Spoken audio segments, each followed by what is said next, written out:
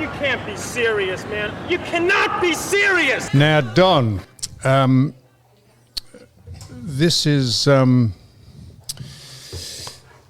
topical, because about a year ago, Don, you might remember the Melbourne Football Club embarked on playing in a premiership for the first time since 1964, wasn't it? Mm-hmm.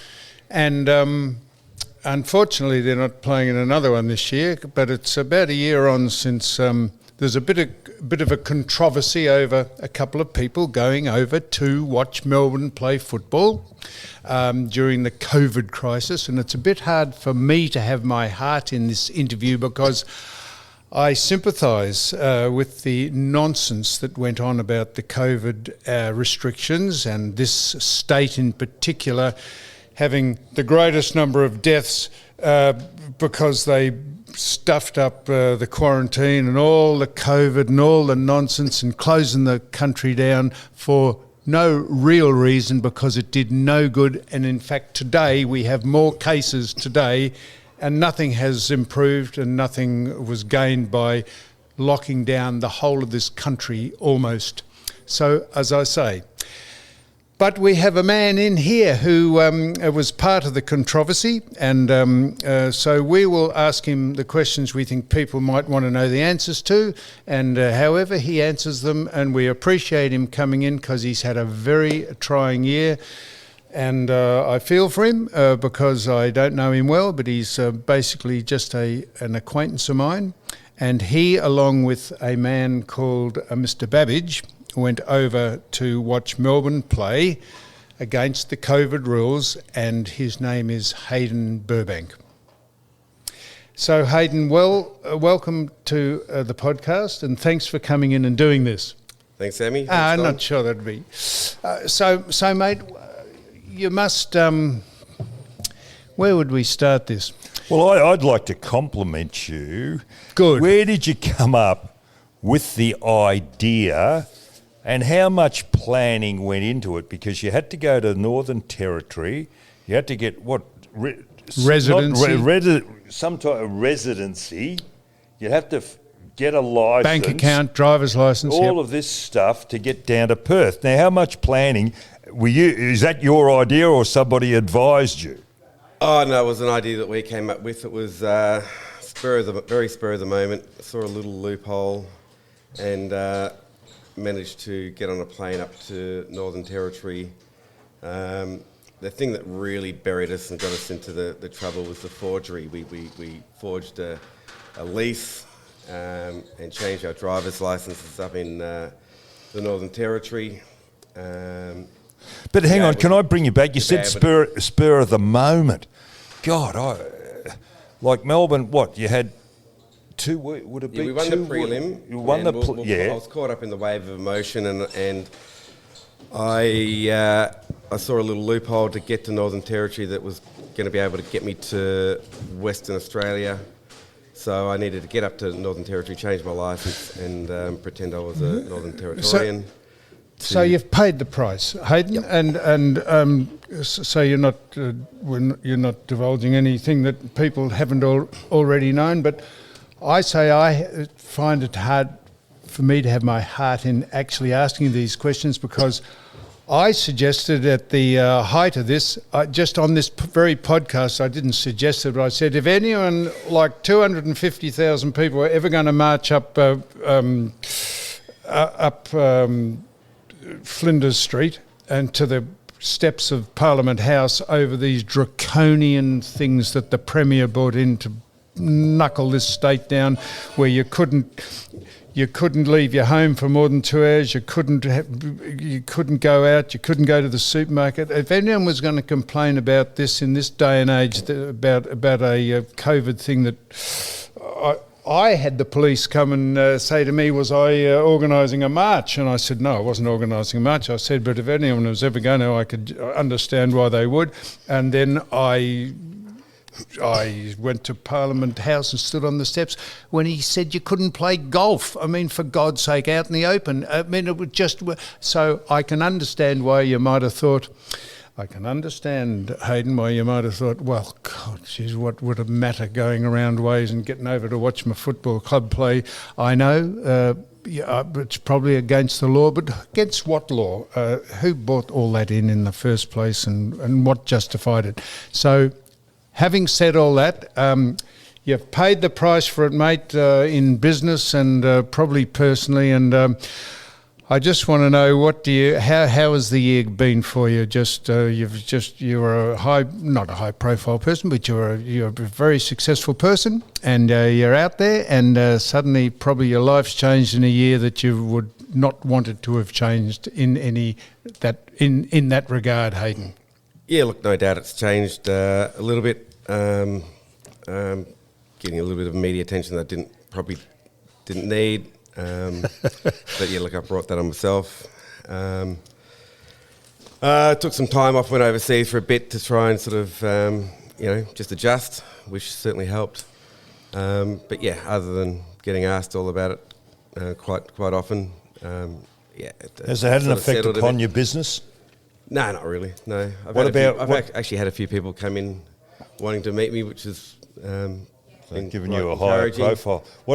So has there been ramifications as a result?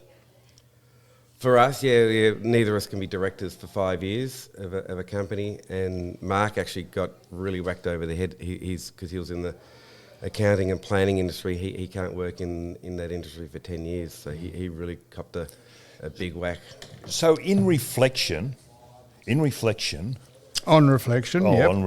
yep. Would you have done it any differently? Because I'm going to come up with something from a little bit from left field. Would you have done anything any different? I might not have gone in the changing rooms afterwards. Thank you. Probably the thing that got me. Yes. Or I might have worn a mask with Sammy Newman's head on it in a changing room. Yeah. I wondered, watching that, I saw you out on the ground. Who the hell is this? Now, this is me watching. Yeah. Then I see you in the rooms. Who the hell is this? And you kind of I got caught up in the wave of emotion. It was full on. Yeah, we had a few beers after half time. I never drink at the footy ever. You would have got away with half time. I was absolutely packing, and the boys have been drinking for like 2 hours before the game, and I just got sucked in. And hang on, boys. What do you mean? There was a number of us at the game. So okay, hang on. So there's a number, from Melbourne over there? One other guy, Babbage, that did it with us, and we had some other mates that was with us that came illegally from Queensland. Legally? Oh, yeah, legally. Legally. Yeah. No, legally. Hang on, legally, illegally? Legally. How could they do it? We'll They've been in Queensland for most of lockdown. And they were allowed to... Hang on, Queenslanders were exempt, were they? Yeah. So really? So they went from Queensland to Northern Territory for 2 weeks. They had to stop in Northern Territory. So we rendezvoused in Northern Territory. So Hayden, they legally could do that, and you thought, well, we will go up there and make it legal as well. Correct. But because you forged or forged some documents, that was what your undoing was it? Correct. Yes. Correct. But wouldn't they have to do exactly what you did, the Queenslanders? Well, they did. They were there, though. They were already in Queensland during lockdown. Yes, They got out of Melbourne in time. Yes, got all that. Yep. Yeah, I understand that. Well, wouldn't Hayden they do didn't. the same process of what Hayden did to get into Perth? Yeah. So why weren't they ostracised or picked up? They did it legally. Because they were in Darwin for 2 weeks prior to going to Perth. So were you, weren't you? No. Oh, I see. No, I was there for 12 days. Oh. And I missed it by 2 days. Oh, got it. Yeah. So honestly, all right. Well, you actually broke the law, but seriously, when you think about it, if someone can legally go from Queensland because they qualify for the day's quarantine or whatever, and yet it's pretty pedantic stuff. And I know they did the wrong thing, but gee whiz, so it's they a really hell of a got you penalty on to play. Technicality. It wasn't you are jail for breaking a COVID law, it was because you did other things. Is that I was right? 2 days shy of doing the quarantine, basically. But technically, I shouldn't have gone to Darwin either. But What was the we were experience? we were both double vaccinated. We got tests before we left Melbourne. We got tests before we left Darwin.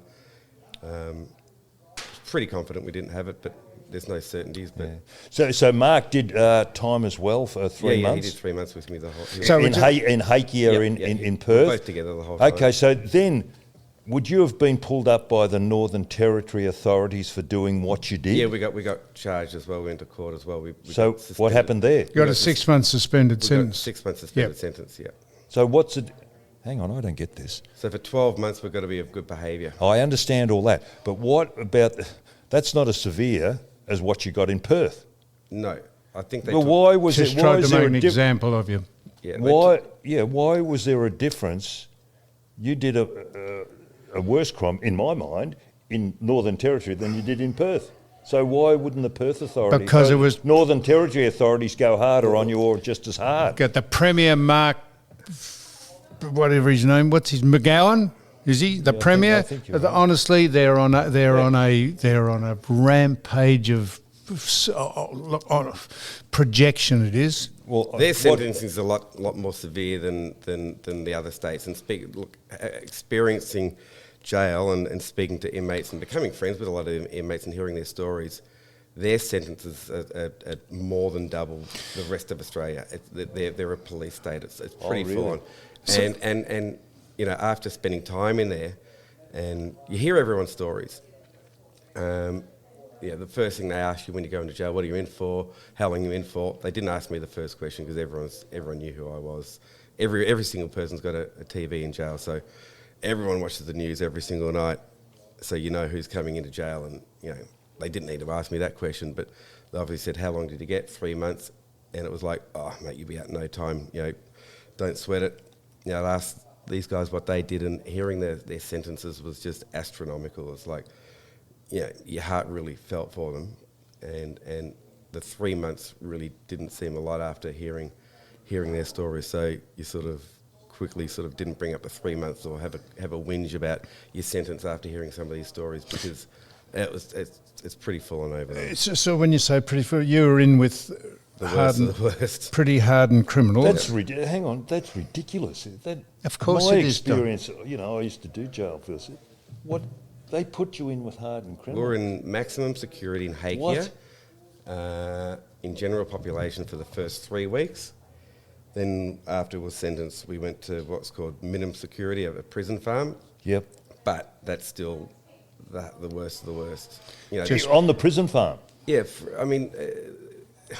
prison farm sounds all nice and cosy, but it's still, for instance, my cellmate, I won't go into details, but he'd been in jail for 11 years, but he was of good behaviour, and they sent him to the prison farm. But he was one of the big boys of the prison farm.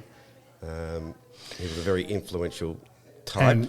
And were you intimidated by these people, or were you set Absolutely. upon by, or were you tampered with, or were you... No, but you watched every single word you said. Occasionally slipped up and you got sort of quickly warned to pull your head in. Like what? Like saying what?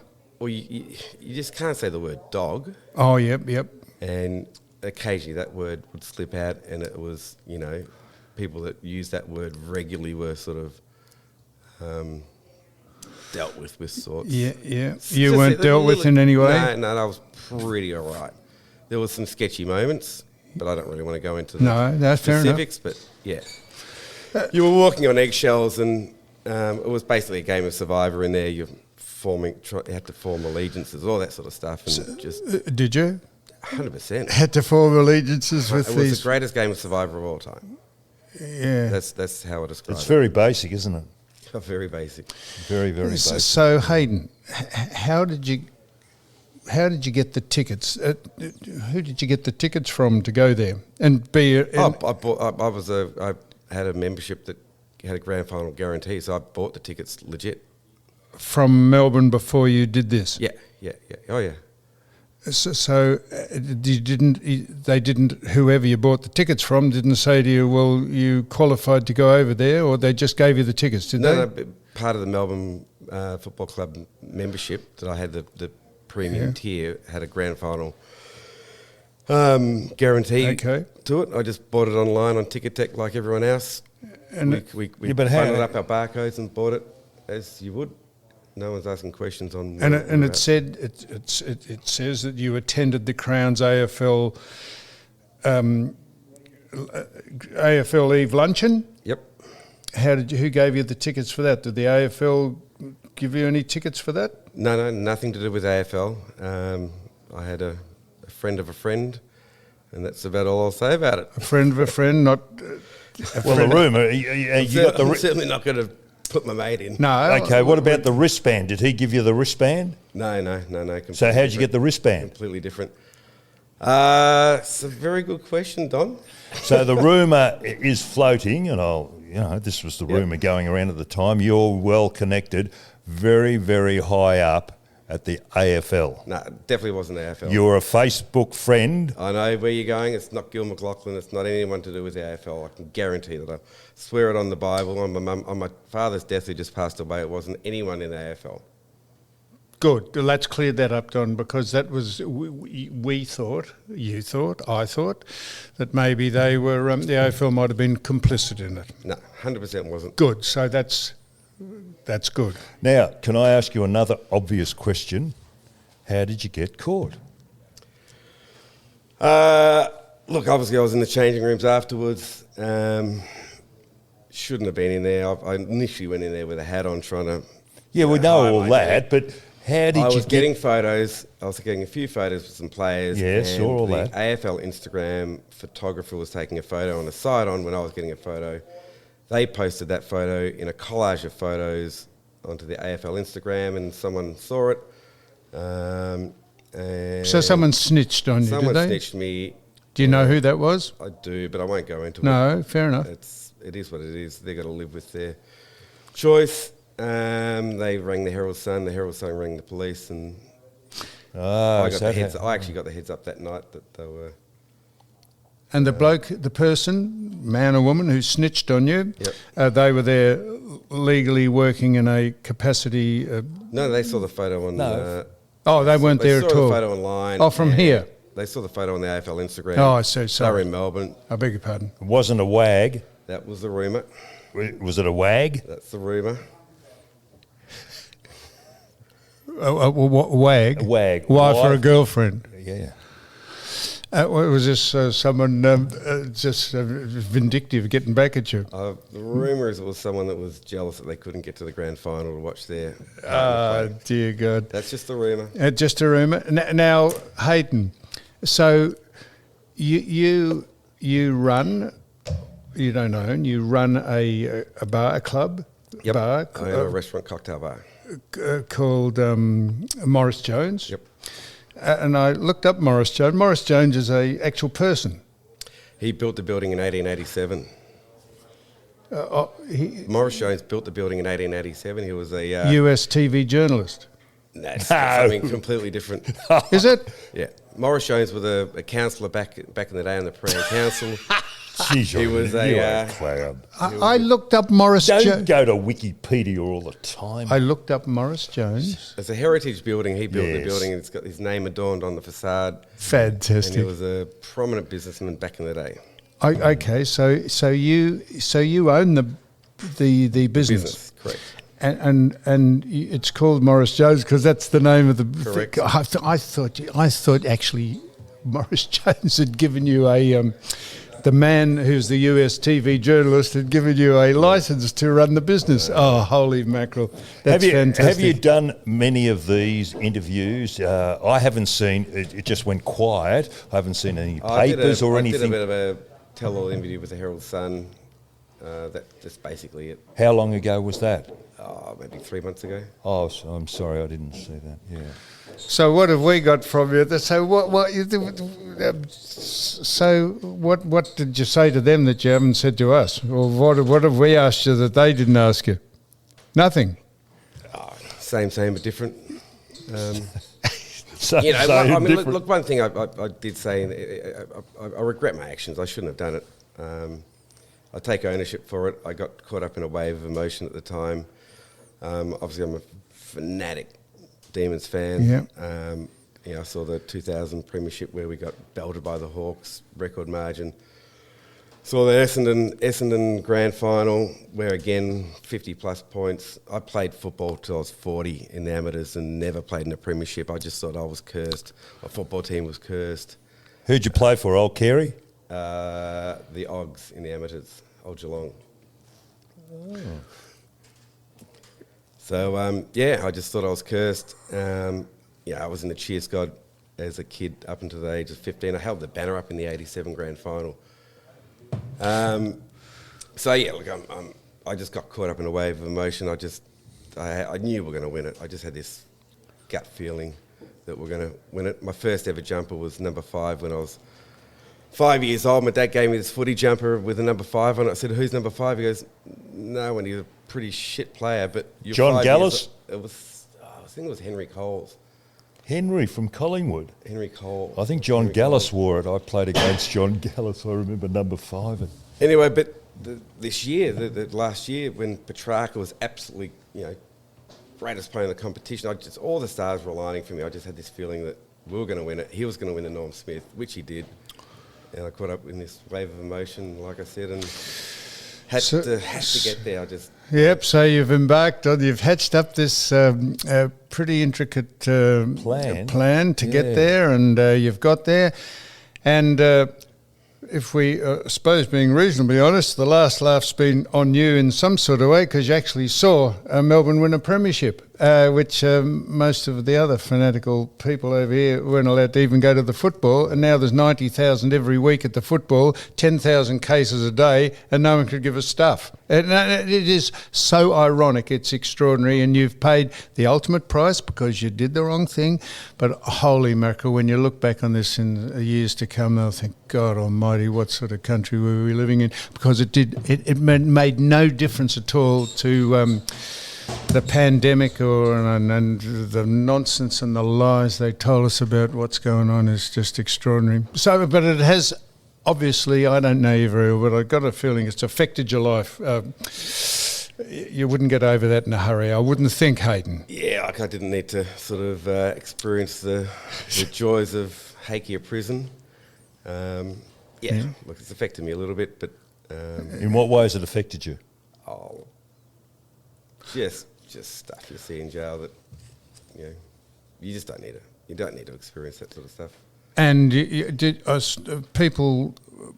some people probably gravitate to you because they feel sympathy for you, and others think you've probably done the wrong thing. I've had a mountain of support, more than I could have imagined, which has been great.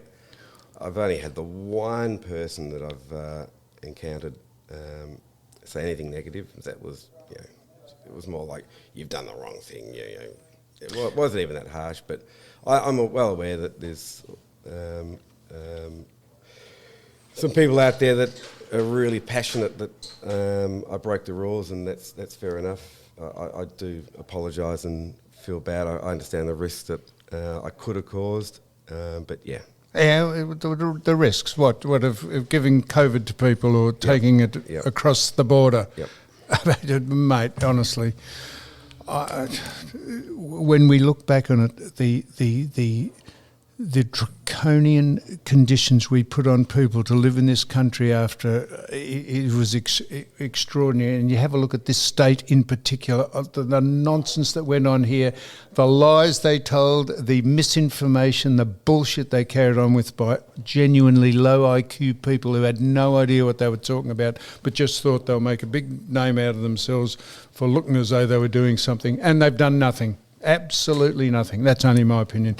So your business is not affected? You're allowed to run that still? Well, I've had to put the business in my life. I had to make my mum the director, so she's now the director, which is... So legally that's okay to do that? She's a licensee. Yeah, that's all done legally. Yep. So that's knocked you about. Yeah, that is what it is. Yeah, but in time is, it's a cliche thing. time is a great healer. And I would say, my friend, in 20 years, 10 years' time, I can't see Melbourne winning another premiership. So you might be in 10 years' time saying, well, I witnessed the last, only Victorian to witness Melbourne play in their last premiership. Yeah, on the quiet, there might have been a few more over there than was let on. But Oh, really? yeah, Oh. but yeah. Oh. No, Hayden. I know you're not tipping anyone in, but you said there was a few more people than you that were over there when they shouldn't have been. There was a lot more, Sammy. Yeah. There was a lot. I've had quite a few people message me going, we were there as well. There was a lot So more. how? Okay, so you were did they say how they got in? By car, by... What, across the border? Yep. I've heard a million stories. So Hayden, you were singled out by someone being a little vindictive about you, and you've paid the ultimate price for it. Where There were two other guys caught as well. They didn't get the media. There was a guy from Frankston that was caught. He spent time in jail with us. There was another Bulldog supporter that was caught before the grand final. We spent time together in Hakea. He was staying at the Crown, walked to the ground. It was about to go in, realised he'd forgotten something back at the hotel, went back to the hotel and the police nabbed him before the game. So he got chucked in jail, but he didn't get sentenced because the magistrate's justification was that he didn't go into the ground where there were 60,000 people that he could have put at risk. So he got off. It's extraordinary. I didn't hitherto before this know any of that. Yeah. So you're the only person that they've highlighted. Why is that? Because I think it was the media attention. You having a higher profile, all that sort of stuff. And look, fair enough, they needed to make an example of us. It is what it is. Can I ask you a question completely off this? You've experienced jail. As I said to you before, I did work in, and I mixed with them. They come out and they attend a show. They marshal at a show at one of the shows that I go to. They help horse shows, yes, agricultural show at Mitchell. I'll tell you the town, and I sit down and we just chat. Is there any place for jail in our society? Oh, absolutely. After experiencing it and going through it all, I was one of those people previously that, you watch the news and you sort of always have an opinion on, this guy should have got that sentence, that guy should have got that sentence. You always pretty stern and opinionated and strict, I think. I was, had my opinions, but experiencing it and living it, I've certainly sort of, my opinions have changed on sentencing and lengths because, I was in there for 3 months, but it seems like an eternity, an absolute eternity while you're in there. Why? Because you weren't occupied mentally? No, you're locked up for every single second of the day, all you think about is, I want to get out, I want to get out, I want to get out, I want to get out, I want to get out. Guys walk around the gym screaming, I have to get out of here, got to get out of here. It drives you mental. Like people just walk down the hallways screaming, it's just screaming. I want to get out, I got to get out. So Hayden, it's one day is enough in there. A week seems like forever. A month is like a year. It just, So it is absolutely a deterrent, the threat of jail, because you would no more think of doing it again for any other reason other than you would be incarcerated again. Very well behaved for the rest of my life. Yeah, because in case you were incarcerated. For me, other people might not so, but I never want to step back in a jail ever again.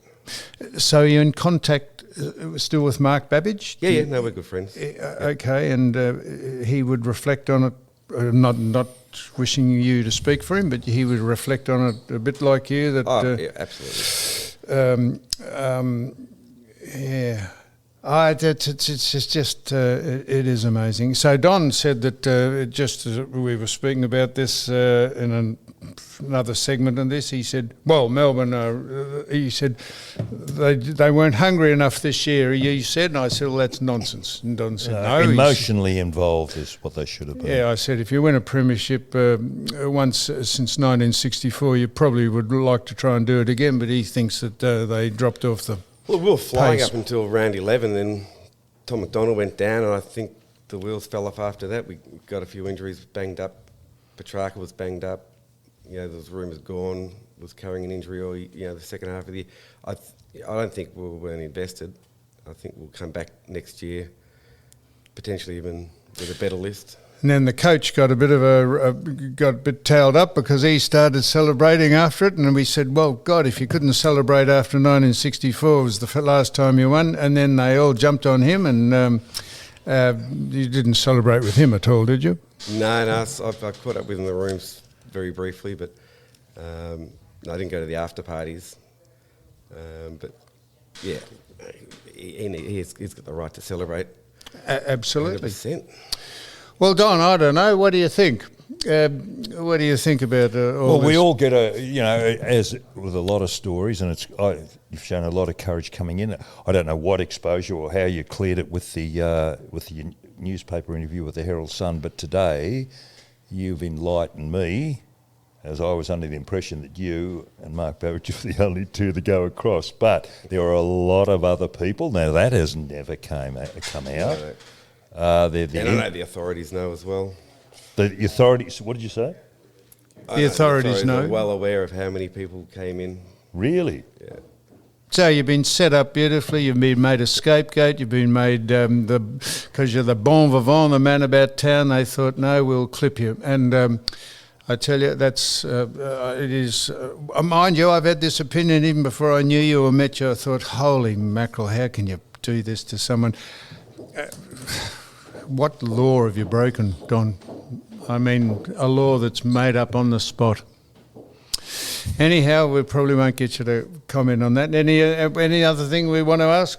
Hayden? I'd just like to know where the ribbons came, the little wristbands came from, but all you're pointing is to the sky, and it means that comes from someone very, very high up. Yeah, Well, it wasn't the AFL. He said this. Definitely wasn't AFL, but wasn't anyway. Well, we could speculate on that, Don, where that came from. Hayden, thanks for coming in to do this. I know this is not easy and you're a bit worried about it, but shit, it's only life we're talking about at the end of the day. And I know you're worried about speaking about Mark Babbage before. I know you didn't say anything about Mark Babbage. You haven't. But anyhow, thank you very much for coming in and doing this. And Why did you? Can I ask you one question? Why did you do it? Why did you come in and be interviewed? Oh, look, obviously I'm good mates with Sammy's son, and I've been asking for a while, and well, You wouldn't do it because of that friendship. Why did you? I'll tell you why, Don. Go on. Because I asked Mark. I tell you, you wouldn't know this.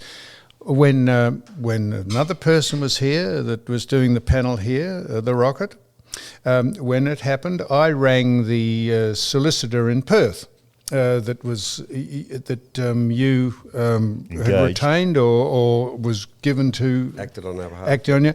I rang him up and I said, "Could I speak to your client? Could I interview him?" And he said, "No, you couldn't." And I said, "Well, why not?" And he said, "I'm not a media." I said, "I'm not a great fan of the medias." He said, and I said, "Well, that doesn't matter." I said, "Why? Could I?" I'm asking you officially, could I speak to him? He said, "No, I couldn't." And then he said, and anyhow, he has to go up to the Northern Territory thing was still going then, he said, so he didn't want to jeopardise anything that was going on. So I've asked Hayden to come on twice, and in fairness to Hayden, and I appreciate this, he contacted my son Jack, and he said, "Look, just in case I hear about it, he said, Campbell Brown, I did a small interview with him, and if he thinks that I've done that instead of coming in here." And I said, "Well, mate, I appreciate you saying that. Well, come in and have a chat to us. And he's done that, and I really appreciate his... And I take my hat off to you too. Yeah, no, I appreciate it. And I think we've probably asked you exactly the same questions that the Herald Sun did, and that maybe Campbell Brown asked you, but we've learned a couple of things about other personnel being over there, and you cleared up the fact where you got the tickets or where you didn't get the tickets, and that was interesting to know because we wanted to know was anyone else complicit in it. So we really appreciate you coming in, and we wish you all the best, Hayden, because it'd be a pretty hard thing to live down. But as Don said, time is a great healer, and in the end, in 3 or 4 years, you'll look back and say, what a joke all this was. So thank you very much indeed. No worries, thanks, gents.